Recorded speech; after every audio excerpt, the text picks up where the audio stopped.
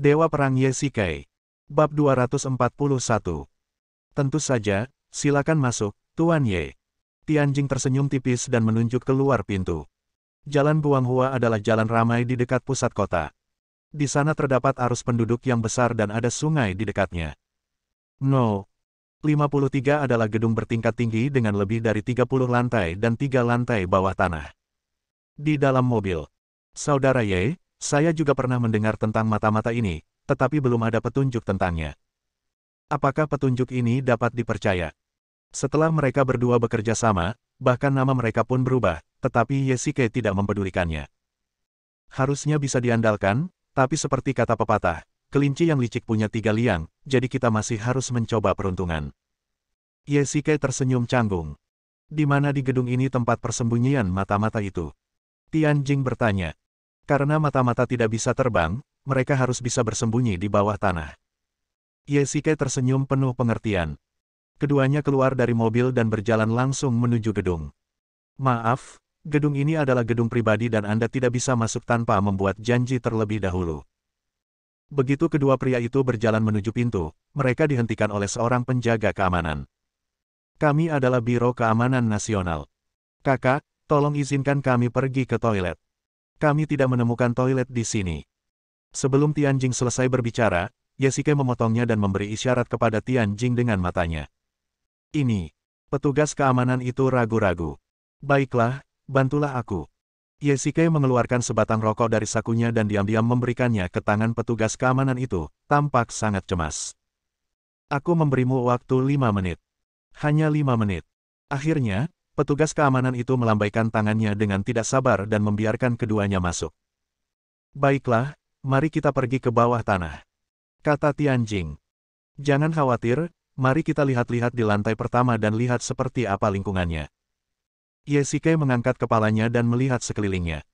Ada banyak kamera di dekatnya. Dia bertanya-tanya apakah hal yang sama juga terjadi di lantai bawah tanah. Keduanya berjalan-jalan di sekitar area itu. Gedung ini seharusnya menjadi sebuah perusahaan besar. Setiap orang yang datang dan pergi membawa lencana kerja. Yesike sengaja menutup resleting jaketnya agar tidak terlihat oleh orang lain. Dia tidak menyangka masih begitu banyak orang yang bekerja di malam hari. Yesike berjalan berkeliling dan melihat sekeliling. Kecuali beberapa kantor di mana orang-orang berbicara dan membuat keributan, sisanya pada dasarnya tenang. Ketika Yesike berjalan melewati sebuah kantor, tanpa sengaja dia melirik dan melihat seorang kenalan. Sajak Tang. Mengapa dia ada di sini? Yesike tidak pergi untuk menyapa. Yang membuatnya bingung adalah mengapa Tang Yun ada di sini. Bukankah dia seorang pramugari? Mengapa dia datang ke perusahaan ini? Yesike melirik sekilas dan melihat Tang Yun sedang duduk di kantor, seperti sedang melihat sesuatu. Lagi pula, dia tidak memiliki tanda pengenal kerja di lehernya. Beberapa pemimpin tidak perlu mengenakan lencana kerja sepanjang waktu, tetapi mungkinkah Tang Yun menjadi pemimpin perusahaan ini? Lalu mengapa dia ada di sini? Yesike sebenarnya ingin masuk dan mencari tahu apa yang sedang terjadi, tetapi dia menahan diri. Ketika dia kembali ke aula, dia menemukan bahwa Tianjing dihentikan oleh seorang penjaga keamanan. Itu adalah petugas keamanan yang sama dari sebelumnya. Dia pasti dikenali. Tak lama kemudian, Tianjing keluar tanpa daya. Tampaknya Yesike harus pergi ke bawah tanah sendirian. Yesike berpikir cepat dan mengeluarkan helm Pluto dari cincin penyimpanan. Dia mengedarkan energi internalnya dan mengaktifkan efek tembus pandang. Dia langsung menghilang dari tempat itu. Senjata ajaib itu memang berguna. Yesike berjalan keluar dengan angkuh. Dengan helm Pluto, dia pasti bisa datang dan pergi tanpa jejak. Yesike berjalan menuruni tangga perlahan-lahan. Tidak seperti lantai atas, lantai bawah tanah dipenuhi oleh perusahaan-perusahaan kecil dan agak berantakan karena tidak ada pengawasan. Yesike tidak menyangka bahwa lantai bawah tanah begitu luas hingga mampu menyaingi ring tinju bawah tanah yang pernah dikunjunginya terakhir kali. Yesike dengan tenang berjalan melalui koridor dan berjalan di sekitar perusahaan-perusahaan kecil ini, mencoba menemukan jejak mata-mata. Alasan mengapa Yesike mencari lantai bawah tanah adalah karena bangunan seperti ini memiliki sistem drainase besar di bawah tanah, dan pipa drainase itu cukup besar untuk dilalui mobil. Jika markas mata-matanya ada di sini, maka pipa air ini akan menjadi alat terbaiknya untuk melarikan diri. Yesike berjalan mengelilingi 2 lantai dan tidak menemukan sesuatu yang aneh. Dia perlahan berjalan ke lantai bawah tanah ketiga dan mulai mencari, tetapi tidak menemukan petunjuk apapun. Mungkinkah mata-mata itu tidak ada di sini? Mungkinkah intelijennya salah? Yesike hendak pergi ketika dia tiba-tiba menyadari ada yang tidak beres dengan dinding di depannya. Praktisi memiliki penglihatan yang sangat bagus, dan ketika Yesike berada di pasukan khusus Longya, dia menempati peringkat pertama dalam penilaian pengintaian. Dia dengan tajam menemukan bahwa tembok ini lebih baru dan lebih putih daripada tembok lainnya. Yesike mengetuk pelan dan mendengar suara renyah, yang berarti bagian dalamnya pasti berlubang. Yesike menempelkan tangannya ke dinding dan menyentuhnya dengan hati-hati. Tiba-tiba, dia merasakan ada yang retak. Yesike memperhatikan retakan itu dengan hati-hati dan mendorongnya. Suatu kejadian yang mengejutkan terjadi. Dindingnya benar-benar didorong. Benar saja, ada misteri di sini. Yesike tersenyum bangga. Tampaknya dia telah membuat keputusan yang tepat kali ini. Dia meningkatkan kekuatan tangannya dan dinding itu dengan cepat terdorong terbuka. Di balik tembok itu, sebenarnya ada lorong bawah tanah. Untuk mencegah tempat ini terbongkar, Yesike segera mengembalikan tembok ke keadaan semula setelah masuk. Setelah melewati beberapa koridor, Yesike melihat sebuah pintu. Dua pria kekar berpakaian hitam berdiri menjaga pintu. Yesike diam-diam senang. Tampaknya dia tidak menemukan tempat yang salah. Mengandalkan efek siluman helm Pluto, Yesike datang di depan kedua pria itu dalam sekejap mata dan menjatuhkan mereka dengan dua gerakan pisau. Yesike dengan lembut meletakkan tubuh mereka di tanah, khawatir mereka akan menimbulkan suara dan menarik perhatian orang-orang di dalam. Sambil perlahan mendorong pintu hingga terbuka, Yesike menghindar dan bersembunyi, sambil mengamati dengan saksama pergerakan di dalam. Ada 3 penjaga di ruang tamu. Yesike masuk dengan tenang, dan ada 2 lagi. Wow. Yesike melirik dan menemukan seorang gadis diikat di sudut. Dia tampak berusia sekitar 20 tahun. Wajah Yesike tampak serius. Bagaimana bisa ada seorang gadis di sini? Mata dan mulut gadis itu ditutup, jadi dia hanya bisa mengeluarkan suara wow. Yesike memperhatikan dengan saksama lingkungan di dalam. Tidak ada bedanya dengan ruang tamu keluarga biasa. Mungkinkah orang-orang ini penculik? Yesike memutuskan untuk menyelamatkan gadis itu terlebih dahulu. Suara mendesing. Terdengar suara angin, dan Yesike menjatuhkan 3 penjaga di ruang tamu dalam sekejap mata. Dia lalu menyelinap masuk dan menjatuhkan 2 penjaga lainnya dengan mudah. Wah, tolong. Yesike melepas helm Pluto dan dengan cepat menyingkirkan kain yang menutupi mulut dan mata gadis itu. Gadis itu berteriak ketakutan. Siapa kamu? Gadis itu tampak ketakutan dan memusuhi Yesike. Jangan takut, aku di sini untuk menyelamatkanmu. Yesike menenangkan gadis itu dan melihat lebih dekat. Dia memiliki wajah mungil, kulit cerah, dan tahi lalat berbentuk tetesan air mata di wajahnya. Dia jelas seorang mahasiswa. Saya diculik oleh mereka, tolong bawa saya keluar sekarang. Gadis itu berteriak. Tiba-tiba, alarm berbunyi dengan keras. Bab 242. Harus dikatakan bahwa bahkan Yesike sedikit panik. Mengapa alarm tiba-tiba berbunyi? Dia buru-buru melepaskan tali yang mengikat gadis itu. Mari ikut saya. Gadis itu meraih lengan Yesike, datang ke ruang tamu dan membuka pintu. Bau busuk menusuk hidungnya, membuat Yesike hampir muntah. Setelah melihat bagian depan dengan jelas, Yesike sangat bersemangat. Jalan di depannya adalah sistem drainase gedung. Mereka berdua bisa pergi dari sini. Yesike berada di depan dan gadis itu berada di belakang. Mereka berdua mengikuti pipa pembuangan dan dengan cepat pergi dan tiba di tanah. Batuk-batuk. Kedua lelaki itu keluar dari selokan yang bau dan tidak dapat menahan batuk keras, sambil menghirup udara segar dalam-dalam. Adik kecil, jangan takut. Aku orang baik dan aku di sini untuk menyelamatkan orang. Yesike mengeluarkan tanda pengenal seorang polisi. Ide ini dibuat khusus untuk Yesike oleh Song Tian untuk memudahkan penyelidikannya. Tentu saja, itu hanya berlaku selama penyelidikan. Ketika gadis itu melihat kartu identitas polisi di tangan Yesike, pandangan aneh melintas di matanya, tetapi dia akhirnya mengangguk. Saudara Ye, mengapa kamu keluar dari sini? Pada saat ini, sebuah Lexus berhenti di depan Yesike, dan Tianjing segera keluar dari mobil. Ya ampun, kenapa baunya menyengat sekali? Tianjing mencubit hidungnya, tampak jijik.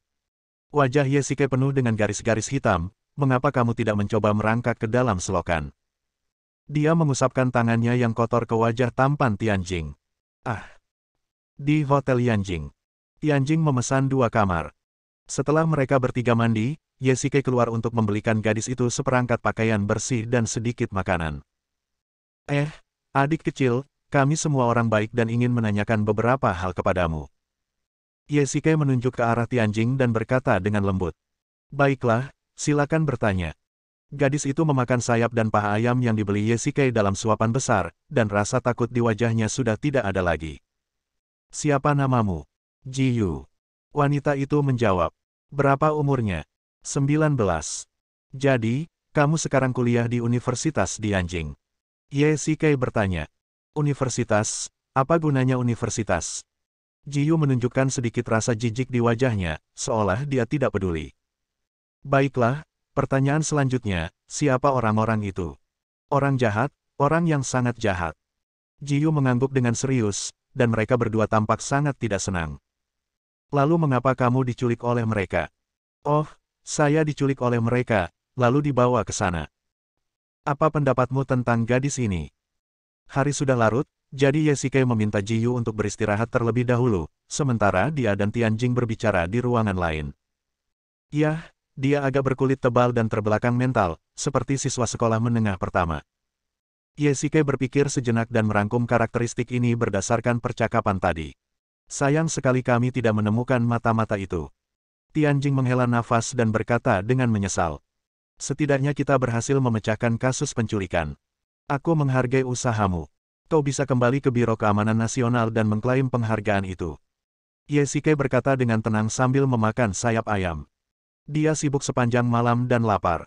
Kita serahkan saja kasus penculikan itu kepada polisi. Kita punya hal lain yang harus dilakukan. Tianjing memutar matanya dan mengeluarkan berkas rahasia dari Biro Keamanan Nasional. Sekarang mari kita pikirkan bagaimana cara mendapatkan petunjuk dalam kasus Motman. Wajah Ye tampak serius. Memang tidak ada kemajuan dalam kasus itu. Saat ini, Tianjing pergi ke kamar mandi untuk menjawab telepon. Ye juga menelepon untuk memberitahu Su Qingyu bahwa dia tidak bisa kembali malam ini karena sesuatu. Karena Su Qingyu mengetahui hal-hal itu, Ye malah merasa lega. Batu besar di hatinya akhirnya terangkat. Kali ini dia tidak menyembunyikan tujuannya. Ketika Su Qingyu mengetahui bahwa Ye akan menyelidiki kasus aneh ini, ada sedikit kekhawatiran dalam nada suaranya. Istriku, kamu sangat baik. Kamu tahu bagaimana mengkhawatirkanku. Ye berkata kepada orang di ujung telepon. Kembalilah segera setelah kasus ini ditangani. Jangan bekerja terlalu keras.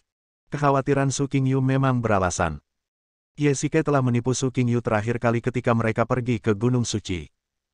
Jika dia tidak menggunakan demonofilia dan pisau Hades pada akhirnya, dia mungkin sudah dibunuh oleh Zeus sekarang. Jangan khawatir, suamimu sangat menyayangi nyawanya, tapi jangan bicara omong kosong tentang kasus ini, Paman Song sudah memberiku perintah untuk tidak berbicara. Setelah keduanya selesai berbicara, Tianjing juga keluar dari kamar mandi. Haha, sepertinya aku benar-benar bisa berjasa menyelamatkan gadis ini. Tianjing melempar ponselnya ke tempat tidur, mengusap pelipisnya, dan berkata ringan, apakah kamu tahu siapa Ji Yu? Bagaimana saya tahu? Wajah Ye dipenuhi garis-garis hitam. Putri keluarga Ji di Yanjing. Tianjing menghela nafas dan berkata, keluarga Ji, apakah itu salah satu dari 4 keluarga besar? Ye pernah mendengar si Cheng Yu mengatakan bahwa banyak bisnis keluarga Ji sangat menguntungkan dan kuat secara finansial, dan semua orang di Yanjing mengetahuinya. Benar sekali. Ji Yu adalah putri dari keluarga Ji. Kata Tianjing. Sekarang dapat dimengerti mengapa Ji Yu diculik. Mungkin beberapa orang ingin memeras uang. Ye mengira bahwa keluarga Wang pernah mengirim orang bersenjata untuk merampok toko si Cheng Yu agar dapat bersaing dengan keluarga Ji dalam industri kekerasan. Jadi, mungkinkah orang-orang yang diculik ini berasal dari keluarga Wang? Atasan telah memberitahu kami bahwa seseorang akan datang untuk mengirim Ji Yu kembali ke Biro Keamanan Nasional dan membiarkan keluarga Ji membawanya pergi. Kata Tianjing. Keluarga Ji sangat kuat, dan pasti merupakan prestasi besar bagi mereka jika bisa membantu menemukan Ji Yu yang diculik. Tianjing, apa yang dikatakan Ji Yu tadi agak aneh. Ye bergumam, dia hanya berkata apa gunanya kuliah. Ini tidak terdengar seperti sesuatu yang akan dikatakan oleh seorang putri dari keluarga kaya. Dalam kesan Ye seorang wanita dari keluarga kaya seharusnya adalah seseorang seperti Su Qingyu. Mungkin dia hanya pemberontak. Selalu ada playboy di keluarga besar. Tianjing memikirkannya dan itu tampak sedikit aneh. Aku selalu merasa ada yang aneh. Ji Yu ini benar-benar tidak biasa, ditambah lagi identitasnya. Ye Shike punya firasat buruk. Tunggu sebentar, biarkan aku memeriksa pengawasan di ruangan sebelah. Tianjing menyalakan komputer. Ada kamera yang dipasang di sebelahnya. Awalnya dipasang demi keselamatannya. Dalam gambar, Ji Yu sedang berbaring di tempat tidur, tidak bergerak, seolah-olah sedang tidur. Tidak ada yang aneh. Tianjing melambaikan tangannya. Tunggu sebentar. Karena penasaran, Ye Shike juga datang dan melihat layar. Tiba-tiba, pupil mata Ye Shike mengecil dan ekspresi aneh melintas di wajahnya. Di layar, tempat sampah di bawah meja penuh, tapi tiba-tiba kosong, lalu penuh lagi. Astaga! Ye Shike tidak bisa menahan diri untuk tidak mengumpat. Dia mendorong Tianjing dengan kuat dan jari-jarinya menekan cepat pada keyboard. Detik berikutnya, gambar itu menunjukkan ruangan kosong dengan jendela kaca terbuka lebar. Tirai putih berkibar tertiup angin kencang, dan di samping jendela terlihat seutas tali yang terbuat dari sprei. Bab 243. Dengan suara, bang, Ye Shike menendang pintu kamar sebelah hingga terbuka, dan jendela pun terbuka, dengan tali yang terbuat dari sprei terhubung dengannya. Sialan, Ji Yu benar-benar kabur. Tianjing mengutuk. Sebagai seorang petugas Biro Keamanan Nasional, dia benar-benar melakukan kesalahan seperti itu. Itu sungguh salah. Ye Shike melihat keluar jendela dan melihat keadaan gelap gulita. Ini adalah lantai 5. Mungkinkah dia jatuh begitu saja? Ye Shike segera memberitahu kepolisian dan meminta mereka melakukan penggeledahan karpet di sekitar Hotel Yanjing. Mereka juga memeriksa catatan pengawasan hotel. Namun, anehnya semua pengawasan di dalam dan luar hotel tiba-tiba berhenti berfungsi, tepat sejak mereka membawa Ji Yu ke hotel. Benarkah? Bagaimana mungkin gadis kecil ini begitu pintar? Tianjing menepuk pahanya keras, merasa sangat menyesal karena lalai berjaga. Jadi saya merasa ada yang salah dengan dirinya. Saya tidak menyangka bahwa dia juga seorang ahli komputer. Ye Shike menepuk bahu Tianjing. Karena orang itu sudah melarikan diri, tidak ada gunanya menyesal. Tugas yang paling mendesak adalah bagaimana menemukannya. Apa yang akan kamu katakan kepada keluarga Ji? Tidak ada cara lain. Aku hanya bisa mengatakan yang sebenarnya. Yang terburuk yang bisa terjadi adalah aku akan dimarahi oleh Direktur Jin dan kemudian diskors untuk beberapa waktu. Tianjing mendesah. Biro Keamanan Nasional adalah senjata nasional. Tugasnya bukan untuk mencari orang. Fakta bahwa Ji Yu diselamatkan secara tidak sengaja kali ini adalah sebuah kecelakaan. Bahkan jika dia melarikan diri, para petinggi tidak dapat menghukummu. Ye Shike berkata dengan tenang, lagi pula, gadis ini sudah berencana untuk melarikan diri, dan kamu tidak bisa menghentikannya. Saya khawatir pengawasan di sini dibobol oleh gadis kecil itu ketika kita memasuki hotel. Ye Shike berkata tanpa daya. Tiba-tiba, Ye Shike mencibir, mengeluarkan ponselnya dari sakunya dan memutar nomor.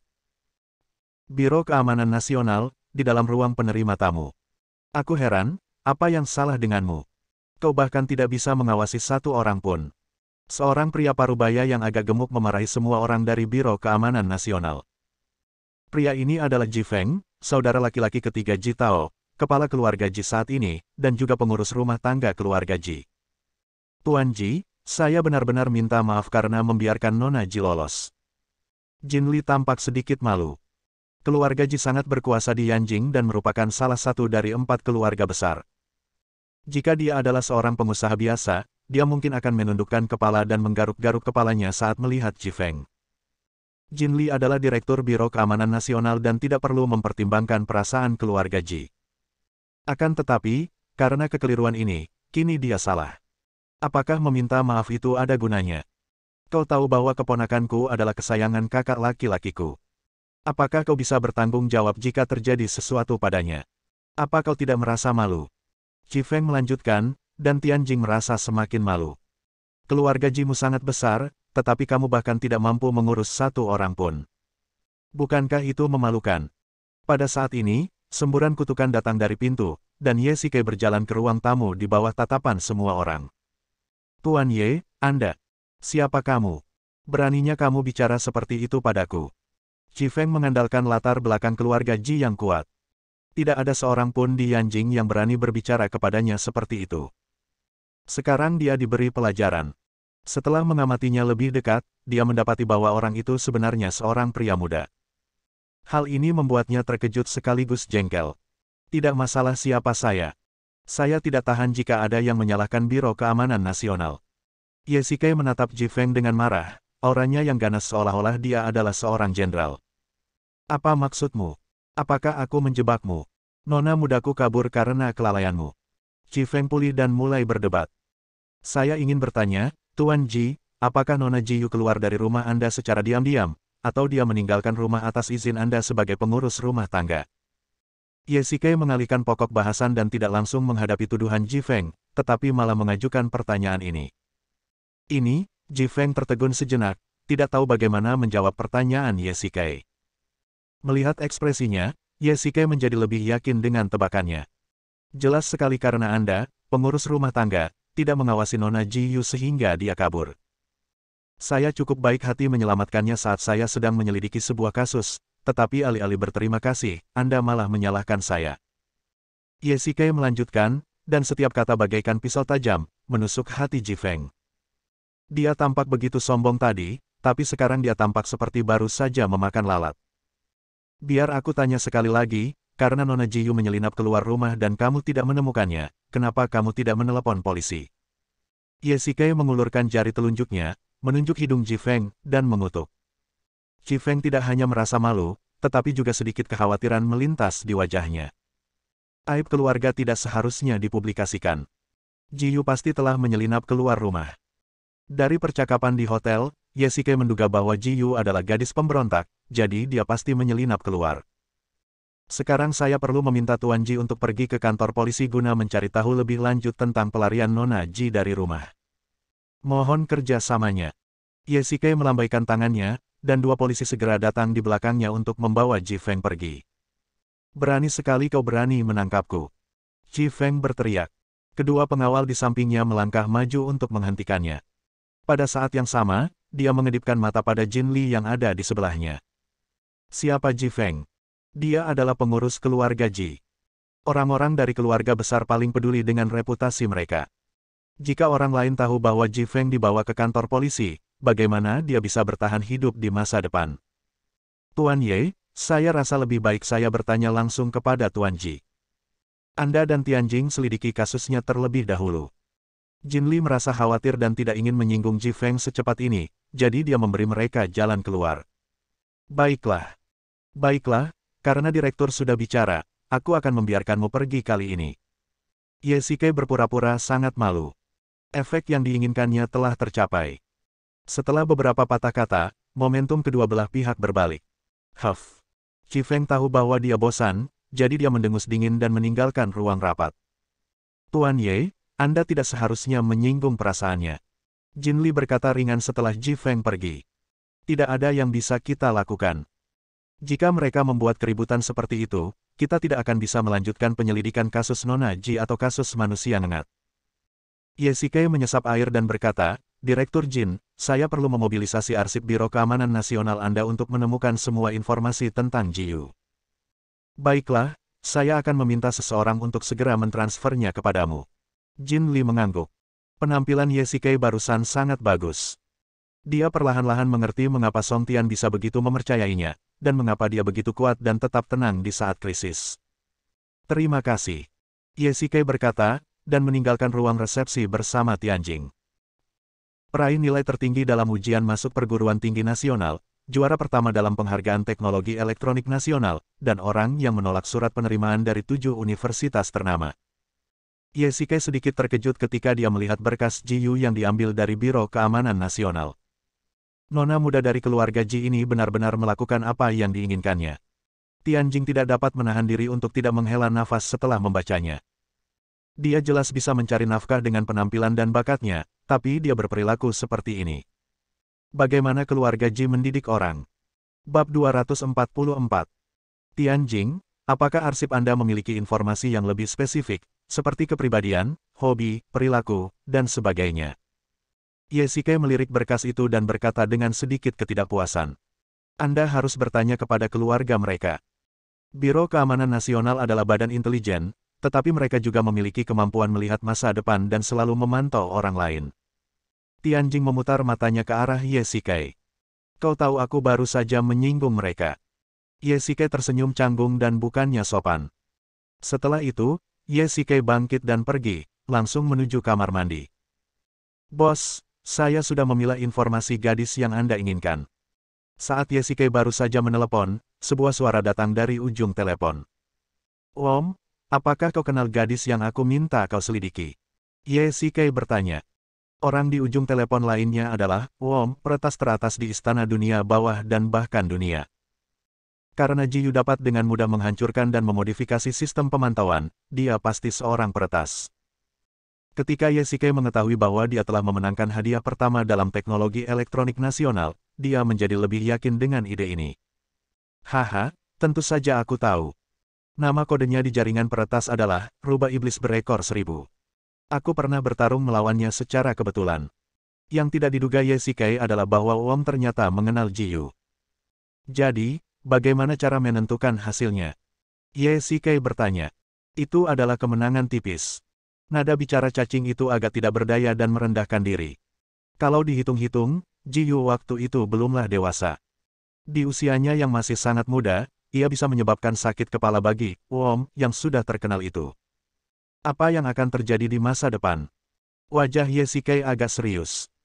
Akan tetapi, pertarungan ini juga membuat cacing itu mengetahui nama asli dari Rubah Iblis Ekor 1000, Ji Yu. Ada satu hal lagi yang ingin aku laporkan kepada bos. Ji Yu ini adalah adik kandung Dewi Bulan. Baiklah, saya sudah menebaknya. Anehnya, Ye Shikai sudah menduga semua ini. Terakhir kali dia menyelamatkannya dari para penculik, Ye Shikai merasa dia tampak familiar pada pandangan pertama. Mengingat apa yang dikatakan Ghost bahwa Ji Qian berasal dari keluarga besar di Yanjing, Ye Shikai telah menebak sebagian besarnya. Ji Qian tidak mau menyebutkan pengalaman hidupnya, dan bahkan tidak mau kembali. Ye Shikai tidak akan memaksanya. Di antara semua wanita, dia merasa paling bersalah terhadap Ji Qian, dan dia tidak berhak mengajukan permintaan seperti itu. Tetapi kali ini, Ye Shikai tidak punya pilihan selain pergi mencarinya. Saya membuka buku catatan dan melihat seorang wanita cantik di layar. Mengapa kamu datang menemuiku? Suara Ji Qian sangat tenang, tanpa ada fluktuasi dalam nadanya. Aku dalam masalah dan aku butuh bantuanmu. Ye Shikai menundukkan kepalanya karena malu. Teruskan. 2 atau 3 detik kemudian, suara Ji Qian terdengar. Hari berikutnya, Ye Shikai dan Zhang Ting datang ke rumah sakit Yanjing. Tuan Xie, bagaimana kesehatan Anda pulih akhir-akhir ini? Pagi-pagi sekali, Ye Shikai datang mengunjungi Xie Dong sambil membawa sekeranjang besar buah. Suasana hatinya telah jauh lebih stabil dalam beberapa hari terakhir, dan ia perlahan-lahan keluar dari bayang-bayang kematian tragis tunangannya. Maaf telah merepotkan hari ini karena saya masih ingin memahami beberapa hal. Saya harap Tuan Xie tidak keberatan. Ye Shikai berkata dengan nada meminta maaf. Silakan bertanya, Tuan Ye. Saya sudah memeriksa informasinya. Tuan Xie, orang tua Anda meninggal lebih awal. Beberapa bulan yang lalu, mantan istri Anda menghilang. Ketika ditemukan kemudian, dia sudah meninggal. Dia tenggelam, kan? Ye Shikai bertanya sambil memegang buku informasi. Oh, benar juga. Mantan istriku pergi berbelanja hari itu, tetapi aku menerima kabar buruk ini. Aku tidak menyangka Xiao Mei juga. Xie Dong mulai menangis lagi saat berbicara. Ye Shikai memahaminya. Kematian tragis kedua kekasihnya secara berurutan adalah lelucon Tuhan yang dimainkannya padanya. Tuan Xie, bisakah Anda memberitahu saya tentang situasi keluarga Anda dan Nona Cheng Mei, dan kapan Anda bertemu? Setelah lebih dari 10 menit, ketika Xie Dong sudah tenang, Ye Shikai mulai bertanya. Mantan istri saya dan Xiao Mei adalah teman sekelas di universitas yang sama. Kami bertemu saat itu. Tidak lama setelah lulus, mantan istri saya dan saya menikah. Xie Dong berkata perlahan, keluargaku tidak berada. Orang tuaku meninggal sangat dini. Aku juga lahir di panti asuhan. Keluarga Xiao Mei berkecukupan dan dia memiliki pekerjaan yang bagus. Setelah kami jatuh cinta, dia datang ke perusahaan tempat kami bekerja sekarang meskipun keluarganya menentang. Tuan Xie, apakah Anda tahu bagaimana mantan istri Anda tenggelam? Ye Shikai menatap mata Xie Dong. Tidak, saya tidak tahu. Saat itu, saya hanya menerima kabar buruk ini. Polisi tidak menemukan informasi pengawasan atau saksi, jadi mereka hanya bisa menyimpulkan bahwa ini adalah kematian karena kecelakaan. Xie Dong menggelengkan kepalanya dan mendesah. Baiklah, hari ini kita cukupkan sampai di sini saja dan jangan ganggu istirahat Tuan Xie. Ye Xike mengangguk sedikit dan meninggalkan ruangan bersama Zhang Ting. Bagaimana perkembangan kasusnya? Zhang Ting bertanya dengan tidak sabar. Dalam 2 hari terakhir, dia telah mengikuti Ye Xike, mendengarkan tindakannya, dan tidak tahu apa yang sedang dia lakukan. Itu tidak optimis. Ye Xike menyalakan sebatang rokok, menarik napas dalam-dalam, dan tampak serius. Larut malam, dengan lampu terang menyala, kota Yanjing ramai dan orang-orang menikmati kehidupan malam yang indah. Jembatan Huatong, yang panjangnya 3 km, merupakan jembatan lintas sungai yang baru dibuka yang menghubungkan bagian barat dan utara kota. Karena ini adalah jembatan yang baru dibuka, ada beberapa personel khusus di jembatan dari waktu ke waktu untuk berpatroli dan memeriksa kondisi jembatan. Au, apakah kamu mendengar suara apapun? Wu Gang dan Xing Wu baru-baru ini bergabung dengan Biro Transportasi Yanjing, dan baru-baru ini berada di jembatan, memeriksa apakah ada kelainan. Wu tua, apakah kamu mabuk? Aku tidak mendengar suara apapun. Xing Wu yang mengemudikan mobil, menoleh dan berkata kepada Wu Gang yang duduk di kursi penumpang. Klik, klik. Tidak, berhenti, berhenti, berhenti. Hentikan mobilnya dulu. Wu Gang segera meminta Xing Wu untuk menghentikan mobilnya. Xing Wu tidak punya pilihan selain memarkir mobil di jalur parkir darurat. Kamu gila. Begitu mobil berhenti, Wu Gang berlari keluar dan berbaring di jembatan. Mendengarkan suara itu, Xing Wu terdiam. Postur ini terlalu tidak senonoh. Klik, klik. Tidak, ada yang salah dengan jembatannya. Batang baja di bawah jembatan tampaknya patah. Wu Gang berdiri, tampak sangat panik. Apakah kamu mabuk? Bagaimana ini bisa terjadi? Sebelum Xing Wu sempat menyelesaikan kata-katanya, dia tiba-tiba merasakan getaran di bawah kakinya, yang membuatnya sangat takut hingga dia tidak bisa berbicara. Klik, klik, klik. Secara bertahap, dek jembatan mulai berguncang hebat. Dari kejauhan, jembatan Huatong berkelok-kelok seperti ular panjang. Bahkan mereka berdua pun hampir tidak dapat berdiri dengan mantap. Wu Gang segera mengeluarkan walkie-talkie dari mobil. Markas besar, pintu keluar jembatan Huatong. Ledakan. Setelah beberapa kali terdengar suara keras, beberapa pilar jembatan langsung runtuh, diikuti dengan runtuhnya dek jembatan. Segala sesuatunya terjadi begitu cepat, hanya dalam waktu 20 detik, seakan-akan itu adalah adegan dari film bencana. Jembatan Huatong runtuh, seperti seekor naga raksasa yang jatuh ke air, dan secara bertahap tenggelam ke dasar sungai. Pada saat ini, bayangan hitam melintasi langit, dan sepasang mata merah darah terlihat samar-samar. Bab 245. Di pagi hari, langit di timur baru mulai memucat. Kantor polisi, biro transportasi, kantor pemadam kebakaran, dan rumah sakit semuanya kacau balau. Ketika Ye Xike menerima berita runtuhnya jembatan Huatong, ia langsung pergi ke tempat kejadian, namun ia sangat terkejut dengan pemandangan itu. Jembatan Huatong yang menyerupai naga telah hancur berkeping-keping dan tenggelam seluruhnya ke dalam air. Ratusan mobil masih mengambang di sungai, dan dari waktu ke waktu ada beberapa mayat, perlahan hanyut di sepanjang sungai. Terdengar tangisan, jeritan, erangan, dan kutukan bercampur jadi satu. Jembatan Huatong sepanjang 3 km runtuh dalam waktu setengah menit. Hampir semua pejabat Yanjing hadir. Wali kota sedang mengarahkan penyelamatan. Polisi lalu lintas, polisi bersenjata, pemadam kebakaran, dan bahkan polisi khusus terlibat dalam operasi penyelamatan. Ye Xike berjalan cepat ke Song Tian. Paman Song, apa yang terjadi? Ye Xike sangat bersemangat. Dia mencengkeram lengan Song Tian dengan kedua tangannya, ingin mengetahui apa yang sedang terjadi. Tadi malam, jembatan Huatong runtuh. Wajah Song Tian pucat saat dia melihat orang-orang yang diselamatkan satu demi satu dari sungai. Beberapa dari mereka selamat setelah diberi pernapasan buatan, sementara yang lain ditutupi dengan lapisan kain putih. Melihat ini, Song Tian, si pria tangguh, tidak bisa menahan tangisnya. Ye Xike ingin menggunakan kekuatan batinnya untuk menyelamatkan orang, tetapi akal sehatnya mengatakan kepadanya untuk tidak terlalu bersemangat. Sudah ada puluhan derek di tepi sungai, semuanya ada di sini untuk menyelamatkan kendaraan. Ye Xike datang ke tengah kerumunan dan melihat seorang gadis kecil jatuh ke dalam air. Beberapa orang melakukan pernapasan buatan padanya. Ye Shike bergegas mendekat dan langsung menyuntikkan kekuatan batinnya ke tubuhnya. Batuk-batuk. Seteguk air keluar dari paru-paru gadis itu, dan kedua matanya yang besar pun perlahan terbuka. Kalau terlambat sedikit saja, dia pasti tenggelam. Ye Shike menggunakan metode ini untuk menyelamatkan nyawa lebih dari selusin orang. Tak lama kemudian, banyak media berbondong-bondong datang ke sini untuk memfilmkan dan mewawancarai kejadian itu. Ye Shike berdiri di lereng dan melihat pemandangan tragis di depannya. Ia merasa seolah-olah jantungnya ditusuk jarum. Hujan mulai turun gerimis, dan permukaan sungai di pagi hari terasa sangat dingin. Runtuhnya jembatan Huatong mengejutkan semua orang. Saat itu sudah larut malam dan jembatan itu tiba-tiba runtuh. Raungan yang ditimbulkannya bagaikan gempa bumi, dan segera diketahui. Panggilan dilakukan ke kantor polisi satu demi satu. Hampir semua petugas polisi, pemadam kebakaran, kendaraan medis, dan tim penyelamat di kota berkumpul di tepi sungai.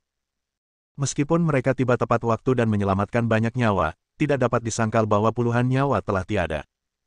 Di kantor polisi, ekspresi Ye Shike agak suram.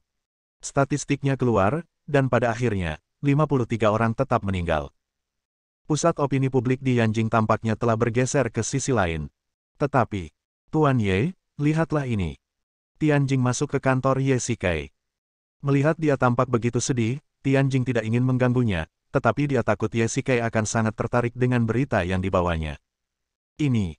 Tianjing menyerahkan sebuah koran kepada Ye Shike, yang merupakan koran harian yang baru saja diterbitkan hari ini. Manusia ngengat muncul dan jembatan Huatong runtuh. Ye Shike berteriak keras. Dia sangat terkejut ketika melihat berita itu. Berita ini memenuhi satu halaman penuh surat kabar. Di bawah judul terdapat foto dengan foto yang diperbesar di sebelahnya. Dalam foto tersebut, terlihat sepasang mata merah menyala, sayap panjang dan agak transparan, serta sosok manusia, yang persis seperti ciri-ciri Mothman.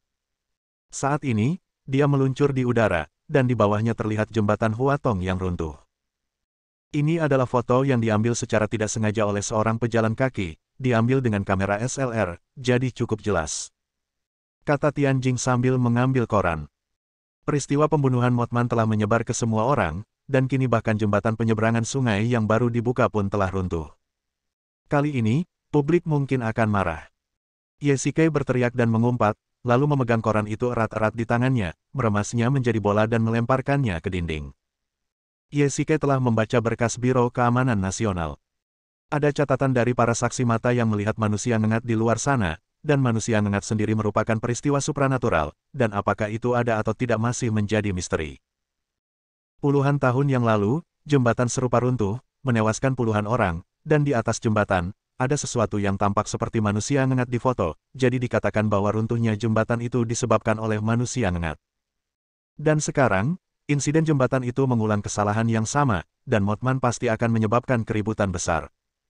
Apa yang dikatakan orang-orang menakutkan, dan tekanan besar dari opini publik adalah hal yang paling tidak ingin dilihat Ye Shike. Perintah Direktur Jin adalah kasus Mothman harus diselesaikan dalam waktu 3 hari. Wajah Tianjing tampak berat. Sejak dia bergabung dengan Biro Keamanan Nasional, dia belum pernah menghadapi tekanan sebesar itu. Pada saat ini, seorang pria dan 2 wanita masuk ke kantor. Jingxi, Shen Wu, Feng Huang, kenapa kamu ada di sini? Ketika Tianjing melihat para pendatang baru, senyum akhirnya muncul di wajah seriusnya. Jika Anda mengalami kesulitan, tentu saja kami akan membantu Anda. Jingxi berkata dan memeluk Tianjing. Aku akan menemukan manusia ngengat itu dan memberinya pelajaran. Shen Wu cemberut dan berkata dengan marah, tetapi matanya tertuju pada Ye Shike. Tampaknya dia masih teringat saat terakhir kali dia mengambil tanda pengenal dari dalam celana dalam itu. Tuan Ye, saya tidak akan memperkenalkan orang-orang ini kepada Anda. Tianjing berkata kepada Ye Shike dengan senyum kecut di wajahnya. Tentu saja, ini bukan pertama kalinya kita bertemu. Suara Ye Shike terdengar agak lemah, seolah-olah dia sangat lelah. Kalian ngobrol saja, aku mau berbaring sebentar. Ye Shike berdiri dengan putus asa. Dia kelelahan dan tidak tidur sepanjang malam sehingga tiba-tiba dia merasa mengantuk. Hei, Tianjing, mengapa dia seperti ini? Shen Wu sedikit tidak senang. Sekarang adalah saat yang kritis, dan Ye Shike sebenarnya ingin beristirahat. Dia ingin menghentikannya, tetapi dihalangi oleh tangan Tianjing. Biarkan dia beristirahat. Dia sedang dalam suasana hati yang buruk karena insiden jembatan Huatong. Setelah menghabiskan beberapa hari terakhir bersama Ye Shikai, kesenjangan antara keduanya berangsur-angsur menghilang. Awalnya, di antara keempatnya, Tianjing memiliki prasangka paling besar terhadap Ye Shikai dan paling waspada terhadapnya, tetapi sekarang Tianjing telah mempercayainya. Ye Shikai tertidur dalam keadaan linglung. Dalam mimpinya, dia melihat tubuh korban lagi. Ye Shikai diam-diam bersumpah bahwa ia harus menangkap manusia ngengat bahkan jika ia harus menggunakan kekuatan dunia bawah. Insiden jembatan Huatong bagaikan katalisator, yang menyebabkan Mothman berkembang pesat di kalangan masyarakat. Sekarang orang-orang ketakutan ketika berbicara tentang dia. Beberapa rumor palsu juga menyebar dengan cepat di antara orang banyak. Mothman telah menjadi sinonim dengan bencana dan kemalangan. Bersambung.